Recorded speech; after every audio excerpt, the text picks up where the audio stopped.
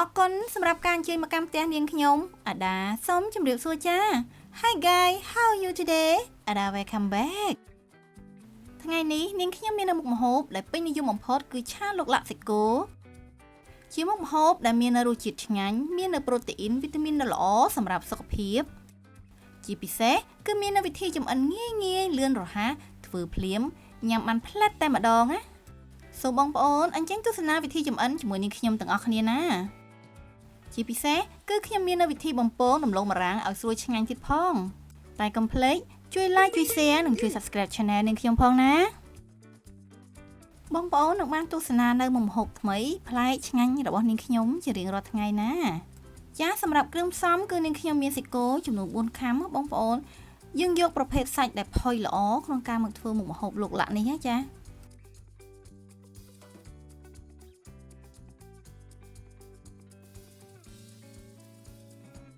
សម្រាប់បន្លែគឺនាងខ្ញុំមានដូចជា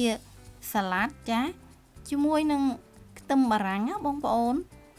បន្ទាប់មកគឺមាននៅដំឡូងបារាំងចាមាននៅសណ្ដែកបារាំងចាហើយបន្លែចុងក្រោយគឺមានប៉េងប៉ោះណាបងប្អូនចាសម្រាប់បន្លែបៃតងសម្រាប់បង្កើនក្លិនរសជាតិគឺមានជីវ៉ាន់ស៊ុយជាមួយនឹងស្លឹកខ្ទឹមណាបងប្អូនសម្រាប់បន្លែបងប្អូនអាចបន្ថែមបន្ថយតាមចំណង់ចំណូលចិត្តបានណាចា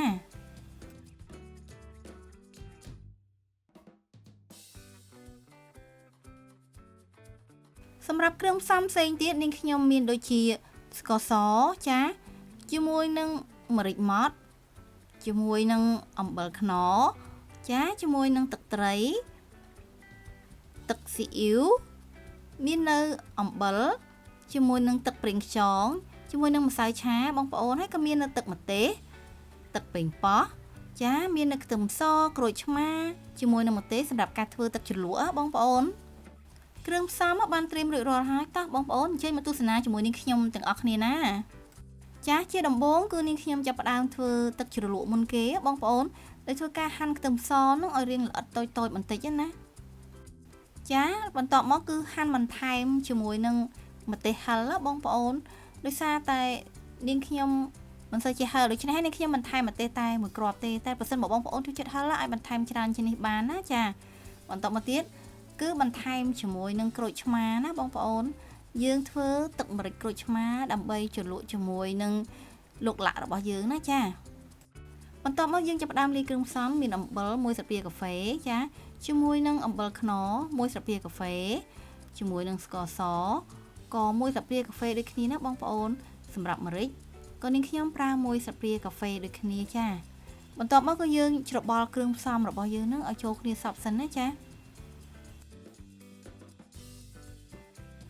បន្ទាប់មកគឺយើងធ្វើការច្របាច់ក្រូចឆ្មាណាបងប្អូនសម្រាប់ក្រូចឆ្មានេះគឺនាងខ្ញុំប្រើចំនួន1ផ្លែចា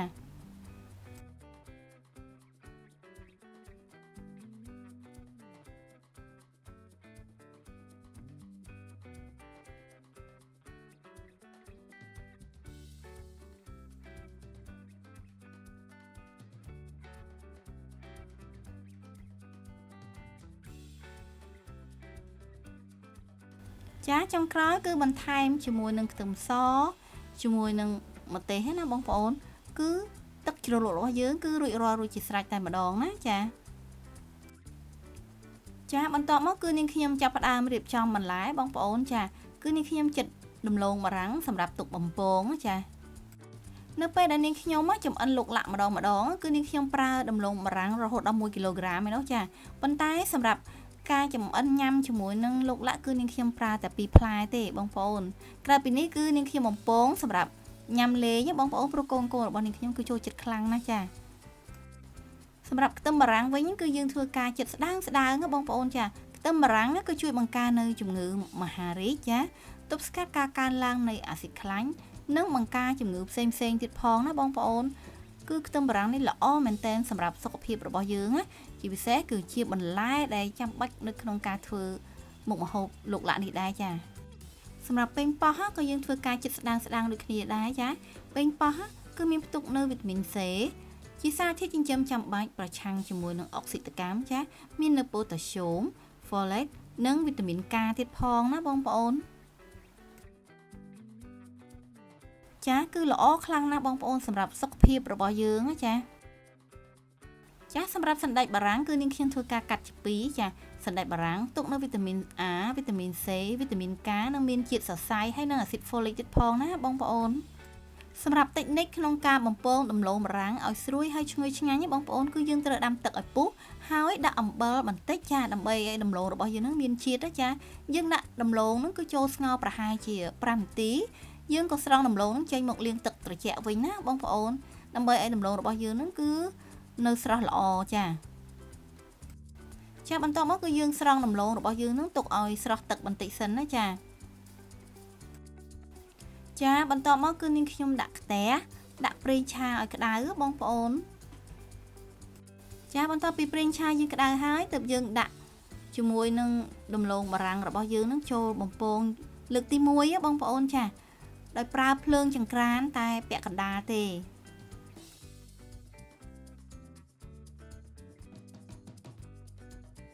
ចាបន្ទាប់ពីបំពងហើយគឺយើងស្រង់ដំឡូងនេះចេញសិនណាពេលនេះដំឡូងរបស់យើងគឺឆ្អិនហើយបងប្អូនប៉ុន្តែគឺមិនទាន់ឈ្ងុយនិងមិនទាន់ស្រួយល្អទេណាចាបន្ទាប់មកគឺនាងខ្ញុំដាក់ដំឡូងនេះបងប្អូនគឺបំពងជាលើកទី2ចាដើម្បីឲ្យដំឡូងរបស់យើងនឹងគឺស្រួយឆ្ងាញ់មានក្លិនឈ្ងុយហើយមានពណ៌គួរឲ្យចង់ញ៉ាំទៀតផងចាសម្រាប់ការបំពងជាលើកទី2នេះគឺយើងបំពងតែមួយផ្លែតទេណាបងប្អូនចានៅពេលដែលដំឡូងរបស់យើងប្រែពណ៌ក្រហមល្អហើយគឺយើងស្រង់ចេញភ្លាមណាដោយប្រើភ្លើងចង្ក្រានតែពាក់កណ្ដាលដូចគ្នាចាឥឡូវនេះដំឡូងរបស់នាងខ្ញុំគឺឆ្អិនហើយបងប្អូនក្លិនឈ្ងុយស្រួយឆ្ងាញ់រសជាតិគឺប្រៃតិចឆ្ងាញ់មែនតែនចានេះគឺជាអាហារសម្រន់ពិសេសសម្រាប់បន្ថែមដល់ក្រុមគ្រួសាររបស់នាងខ្ញុំណាពួកគាត់ពេញចិត្តខ្លាំងណាស់នៅពេលដែលនាងខ្ញុំធ្វើចំអិនម្ហូបលោកឡាក់ម្ដងគឺនាងខ្ញុំមានបន្ថែមជាមួយនឹងដំឡូងបារាំងដ៏ស្រួយឆ្ងាញ់ណាបងប្អូនចាបន្ទាប់ពីបំពងដំឡូងបារាំងរួចហើយគឺនាងខ្ញុំដាក់សណ្តែកបារាំងចូលបំពងចាសម្រាប់សណ្តែកយើងគ្រាន់តែបំពងឲ្យទន់បន្តិចបានហើយបងប្អូនចាពីព្រោះសណ្តែករបស់យើងហ្នឹងគឺមានរសជាតិផ្អែមតែប្រសិនបើយើងបំពងយូរពេកនឹងធ្វើឲ្យសណ្តែករបស់យើងហ្នឹងស្វិតហើយបាត់បង់រសជាតិណា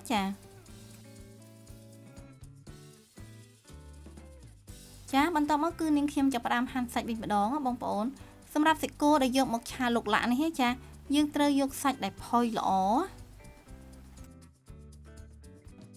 សម្រាប់សាច់គឺនាងខ្ញុំមិនហាន់ស្ដើងពេកហើយក៏មិនហាន់ក្រាស់ពេកដែរណាបងប្អូនសាច់គោគឺមាននៅប្រូតេអ៊ីនខ្ពស់និងជួយបង្កើនម៉ាសសាច់ដុំចាសម្បូរនៅសារធាតុរ៉ែដូចជាប៉ូតាស្យូមផូស្វ័រម៉ាញ៉េស្យូមនិងជាតិដែកជាពិសេសសាច់គោជួយការពារភាពស្លេកស្លាំងដែលបណ្ដាលមកពីកង្វះជាតិដែកទៀតផងណាបងប្អូន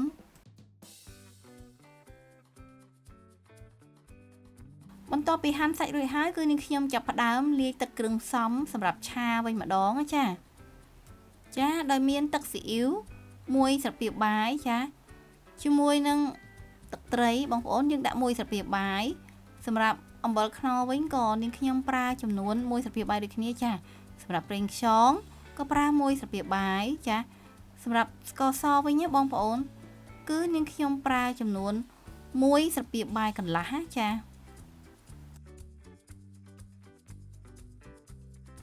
សម្រាប់ម្រេចគឺនាងខ្ញុំប្រើតែបន្តិចទេចាប្រសិនបើបងប្អូនចូលចិត្តញ៉ាំហឹរបងប្អូនអាចបន្ថែមម្រេចច្រើនជាងនេះណាចាសម្រាប់ទឹកប៉េងប៉ោះវិញគឺនាងខ្ញុំប្រើ1ស្លាបព្រាបាយកន្លះណាចាសម្រាប់ទឹកម្ទេសគឺ1ស្លាបព្រាបាយបងប្អូនចាបន្ទាប់មកយើងច្របល់ទឹកគ្រឿងផ្សំរបស់យើងហ្នឹងណាបងប្អូនឲ្យចូលជាតិគ្នាបានល្អសិនណាចា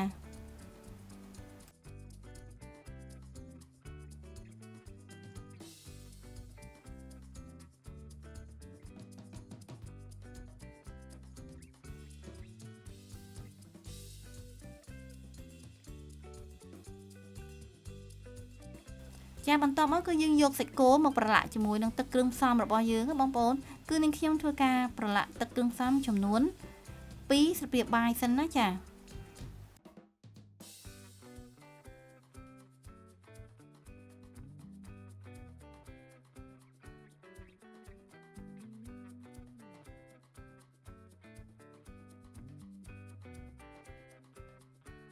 យើងច្របល់សាច់ហ្នឹងគឺជាមួយទឹកគ្រឿងផ្សំរបស់យើងហើយយើងទុកម្ល៉េះសិនណាបងប្អូនយើងធ្វើបែបនេះគឺធ្វើឲ្យសាច់របស់យើងហ្នឹងគឺមានរសជាតិឆ្ងាញ់ហើយកាន់តែផុយល្អទៀតផងចាបន្តមកគឺនាងខ្ញុំបន្ថែមជាមួយនឹងម្សៅឆាបងប្អូនចំនួន1ស្លាបព្រាបាយចាជាមួយនឹងទឹកគ្រឿងផ្សំដែលនៅសល់ចាដែលបន្ថែមជាមួយនឹងទឹកមួយកូនចានចង្កឹះហ៎ចារួចហើយគឺយើងច្របល់ទឹកគ្រឿងផ្សំរបស់យើងនឹងគឺឲ្យរលាយសព្វចូលគ្នាជាមួយនឹងម្សៅឆាដែរណាបងប្អូនរួចហើយគឺយើងទឹកគ្រឿងផ្សំនេះទុកសម្រាប់ពេលឆាណាបងប្អូនបន្តមកគឺនាងខ្ញុំដាក់ខ្ទះដាក់ប្រេងឆាឲ្យក្តៅបងប្អូន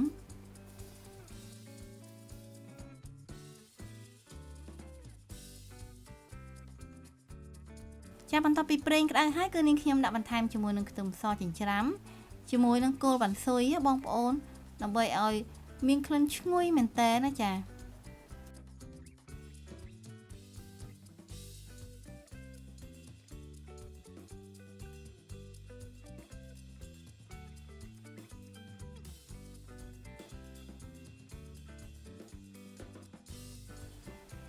បន្ទាប់ពីឆាខ្ទឹមរបស់យើងឡើងឈ្ងុយហើយទើបយើងបន្ថែមសាច់គោចូលឆាជាមួយណាសម្រាប់សាច់គោឆាលោកលាក់នេះបងប្អូនគឺយើងឆាមិនឲ្យឆ្អិនពេកទេចា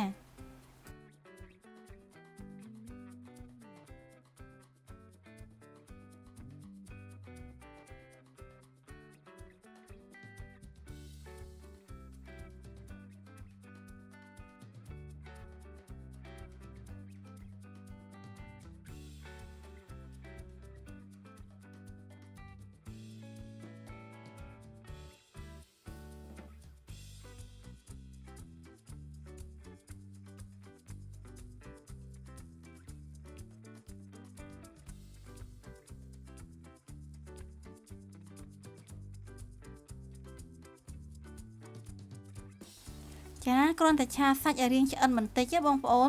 គឺយើងបន្ថែមជាមួយនឹងទឹកគ្រឿងផ្សំរបស់យើងនឹងចូលទាំងអស់តែម្ដងណាបន្ទាប់មកយើងធ្វើការឆាសាច់របស់យើងនឹងឲ្យរាងឆ្អិនបន្តិចណាបងប្អូនរួចហើយគឺយើងភ្លឹងក្រឹបគឺឆ្អិនស្រេចតែម្ដង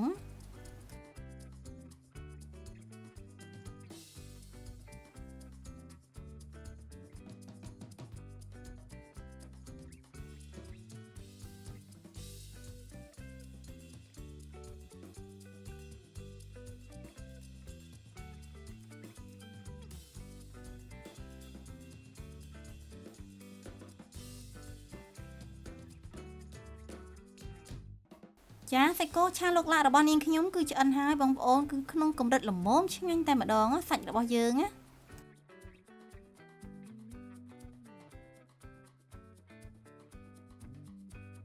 រៀបចំដួសដាក់ចានក្តៅហុយឈ្ងុយឆ្ងាញ់មែនតើអ្នកណាក៏ចូលចិត្តមុខម្ហូបឆាលោកលាក់នេះដែរមែនទេបងប្អូនពីព្រោះមិនត្រឹមតែមានរសជាតិឆ្ងាញ់មានអត្ថប្រយោជន៍ពិសេសសម្រាប់សុខភាពរបស់យើងទៀតផងណាហើយមាននៅវិធីចម្អិនងាយស្រួលហើយលឿនរហ័សទៀតជាពិសេសជាមុខម្ហូបដែលកូននិងក្រុមគ្រួសាររបស់នាងខ្ញុំគឺចូលចិត្តខ្លាំងមែនតើណាបងប្អូន